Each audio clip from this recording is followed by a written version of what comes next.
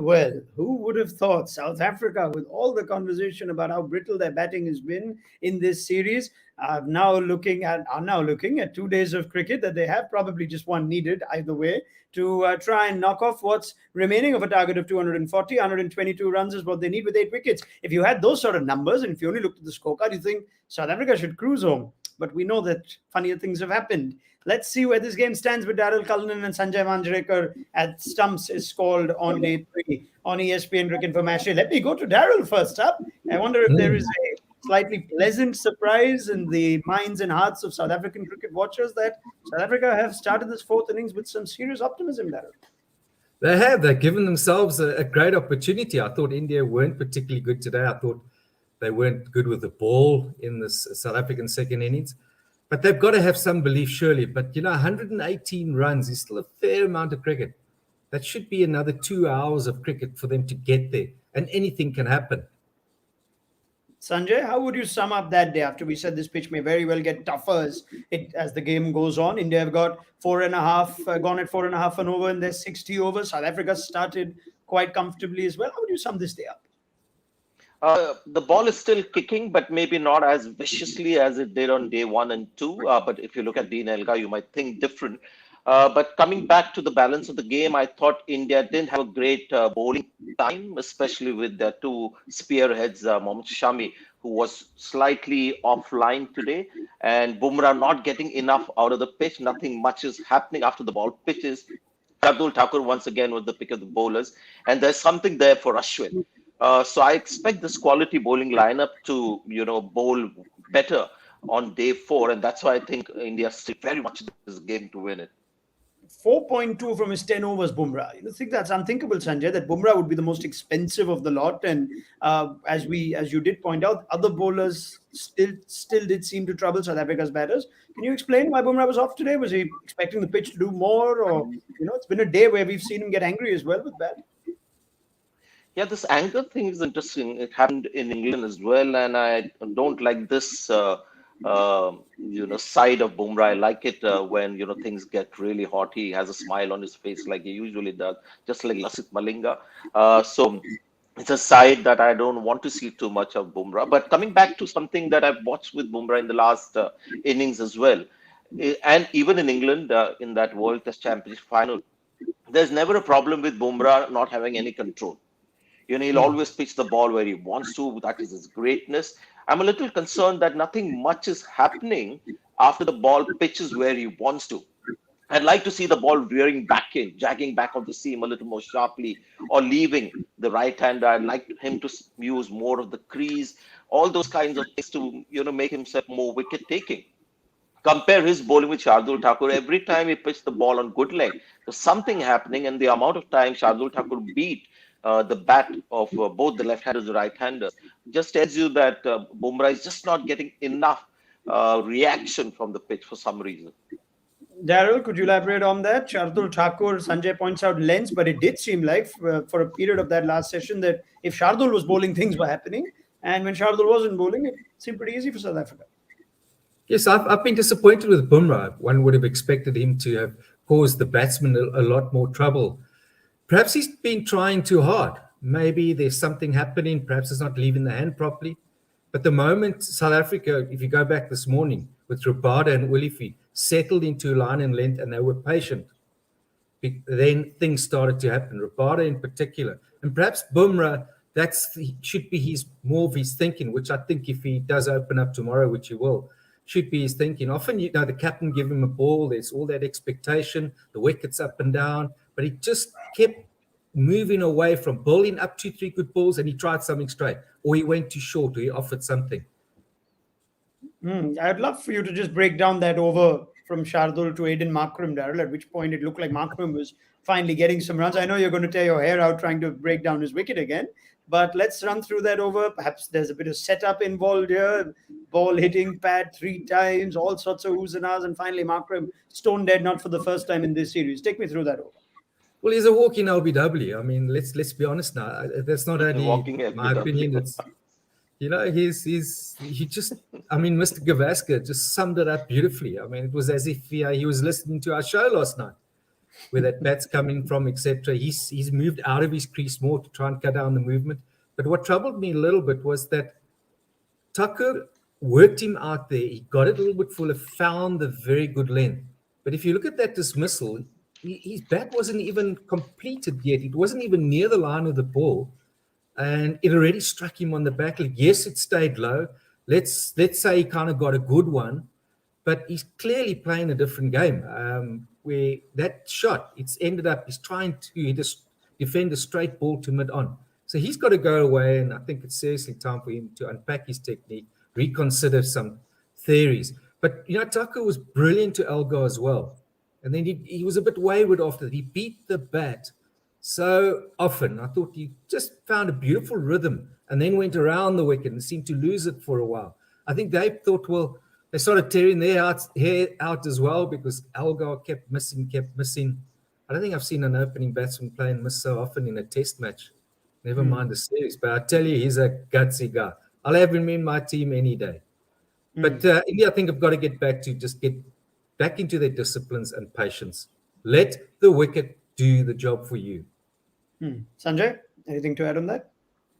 Well, I think, we talk about the stance and where you want to stand in the crease, the trigger movement. We've seen different kinds, We saw Bailey of Australia have a stance where his backside was facing the bowler, which was, very unique. So these are all, I look at these things as idiosyncrasies more than anything. Finally, it's the kind of position that you get into as the ball is halfway in the air. And that's where I think Markram is just playing the wrong line.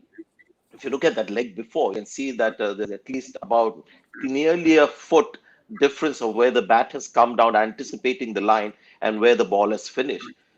Batting is a mental game. I mean, cricket is a mental game. If he just tells himself to play the ball late and look to play the ball with the bat, everything should fall into place. So all these things about trigger movement, opening the stance, have your toes on off some and everything is just something that makes you feel good. Eventually, it's about it's about a batter telling himself the right thing. And I think what Markram needs to tell himself is play the ball late, play the ball with the bat, don't play the first line. I wonder if he's conscious or nervous about that LBW as well. There's a chance to actually get off strike on the first appeal. The ball went to third man. Markram waited to see if India were going to go up. So he's nervous when it comes to hitting his pads. But as we end the Markram discussion, Daryl, there's still room, you'd think, for him in the South Africa 11, but perhaps not at the top of the order. Would you entertain that thought? Well, he's averaging 37, almost 38, the start of this test match, which is besides Elgar. And he's had a good run. He's got a couple of hundreds. But look, who hasn't gone through, very few have ever played the game who've gone through periods where they've struggled. So, this might be all part of the learning curve, but he is our best young player. And a lot of time has been invested in him. I think he's good enough to come through it. I just wonder who's putting it in his head about what he should and shouldn't be doing, because it's all for the world to see that it's clearly not working for him. He was a captain in waiting. Elgar got the job. One thought at some stage he would have got Markram would have got the job earlier. But yes, perhaps down the order, I've never honestly thought he's an opening batsman. He strikes me as a 4, even a 5 in Test cricket. Those are great positions to be in. But whether you bat 1 or 5, if you're playing across the line like that, you're still going to sit with the same problem.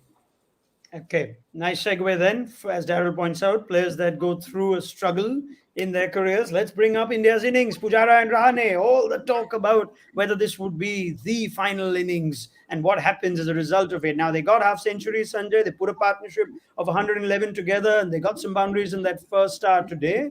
How important was that, and what sort of judgments and takeaways can we make on their future as a result of today? See, first of all, we've got to accept that all the talk that comes around a player when he starts failing and when the failure is long-term and then you start questioning their places are all valid talks. Whoever makes it, the fans or the media or, whoever, because that's how the game goes. If you play well, you get praise. If you keep failing, then, there is criticism. And finally, there is a calling for your place in the side. You merit a place.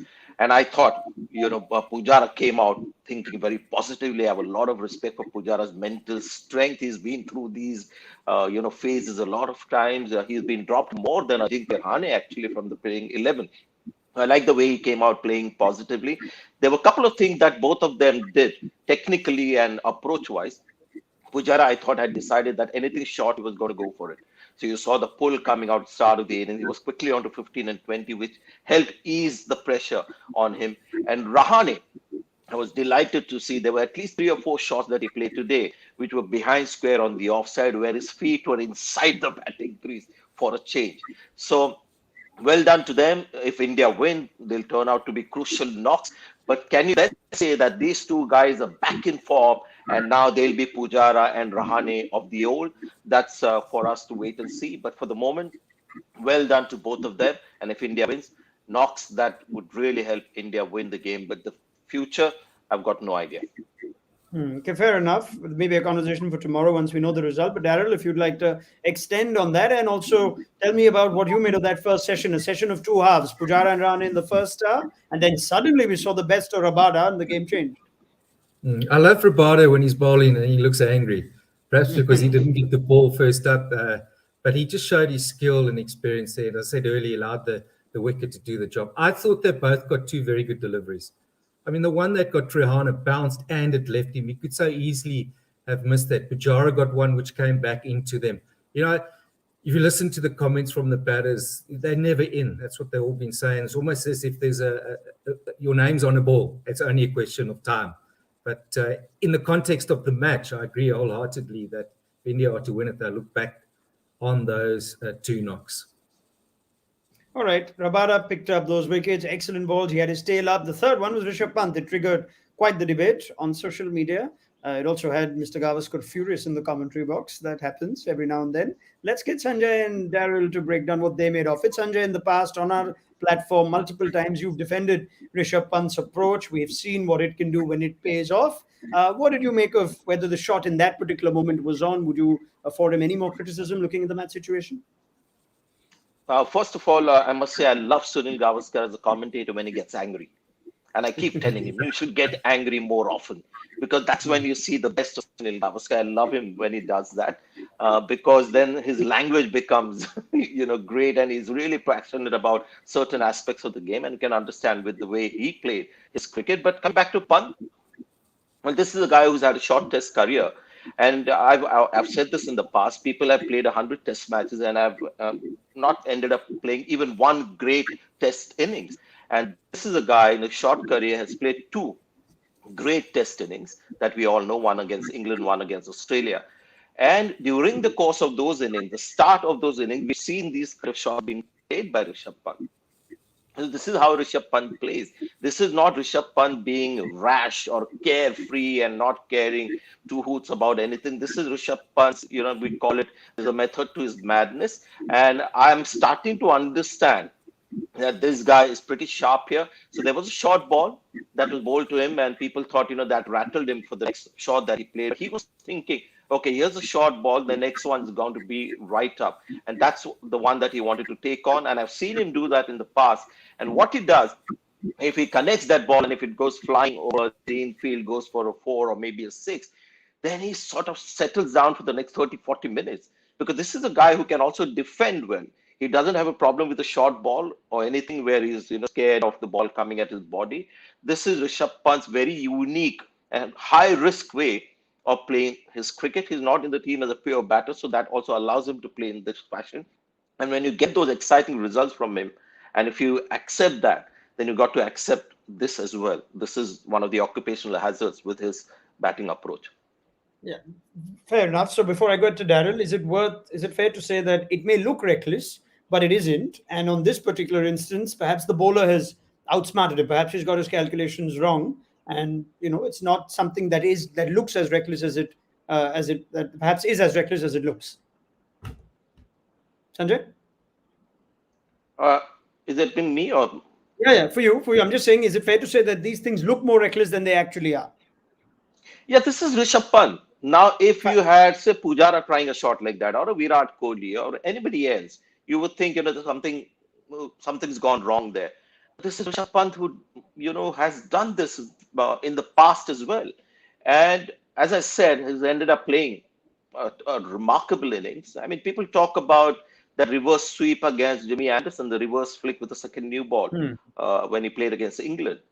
So this is what he does. He's different. Yeah. And I'll keep looking at the end of the day, his scores and his contribution to the team. I think he's keeping his rising notches, which I didn't expect. I didn't fancy him as a keeper to begin with. But this is a guy, that we'll have to keep watching, not based on one shot, but just where, his contributions are going in a particular series. And he's one of those guys who will single-handedly turn the match around. He's done that twice or thrice already in a very short career. So in a way, Yeah. I guess he deserves that kind of leniency or leverage. Sure. Daryl, wonder what you made of it. Your reaction when you saw Pant get out the way he does. Well, he left his crease early, but Rabada then responded by pulling his length back. It's interesting what Sanjay says because he'll get that leverage as long as he's playing match-winning innings. But if those start to dry up, his time won't be long because then they will really start to criticize him and say, look, take into consideration the situation and all that sort of stuff we all know about. But, it's exciting to have a sort of player like that. But he will have to at times identify that maybe a little bit of a more circumspect, a different quite for that moment, maybe against another sort of bowler. But at that time and moment, I couldn't help think it was a bit of a rush of blood at that time. But he'll play. If he keeps pulling off 2-3 match-winning innings with the series at stake, then people will more gladly accept that that's just the way he plays. But too many of this and the runs aren't coming, they'll quickly look beyond him, I'm sure. All right. Interesting that. The debate on Pant is one that I think that will last almost as long as his career because that's just the kind of player that he is. His box office is Rishabh Pant. Now, that's the number. 8 wickets for India, 122 for South Africa. Where do we see this game headed? Let's ask Daryll, Cullinan and Sanjay Manjrekar to make a prediction. I know Sanjay doesn't like predictions in tests, but this is one where you've got to make one now. Sanjay, what do you expect tomorrow from the evidence of what you've seen this evening? I think the most responsible answer would be that, it's impossible to predict. Both teams have a great chance of winning or losing. But if I have to really consider all things and looking at the South African batting lineup, Indian bowling bound to get better, I'm still going with India winning this test match. Daryl? Well, I'm with Sanjay, funny enough. I shouldn't be saying it. Now, deep down, obviously, I want South Africa to win a test match, square it up. I think we'll be in for a great time in Cape Town. But 118 can look like a 160, 170. Anyway, that's how I always felt chasing down those sorts of scores. Algar played and missed all day. That's how cricket works. First one you push at him next, he's gone. He's a big wicket. If India can capitalize on that, and I think they will have a regroup, rethink. You then got Bavuma, and then you've got Farane, who's a gutsy little player. Then you essentially anything can happen. Anything can happen. So I think it's going to require a lot of concentration. Those who've got the ball in hand and those who've got bat in hand. But I don't think it's over yet. All right, fair enough. It says 8 wickets. We must remember there's a specialist bowler who can bat a bit, who's coming in at 7. So there's a long tail for South Africa. India wondering what Mohammad Siraj's fitness is going to be like. Bumrah had an off day. So it's all set up nicely for what should ideally be the last day's play. Yes, Sanjay. Quickly, also, I think Ashwin, some responsibility, I guess, on his shoulders as well, with Mohammad Siraj not fully fit to make a contribution and help India win. Yeah, I was literally going to say Sanjay is going to make a point on R. Ashwin, but I didn't want to put it out there. So I'm glad that I know you well. Yes, Daryl. Well, he got a good bit of turn. And I can tell you from experience that pitch, well, those cracks will widen. We have a dry evening, early sun, and it's hot. And he's going to have to play a role. If South Africa kick on, he's got to look to try and end up at least 8, 1 for 14. Very, very respectable figures. And as the ball gets older, say he'll grip it better. So that may be the trump card there, Sanjay. Fantastic. Let's hope for a cracking finish to what's been a very watchable test match, this full of event and drama. So we'll pick up the chat with Sanjay Manjrekar and Daryll Cullinan at what is likely to be the last day of play, whichever way this goes, weather permitting, of course. So we'll catch you then on ESPN Cricket for Matchday. Sets up nicely for where the series stands. So don't miss it and pick up the chat here right after. Bye-bye.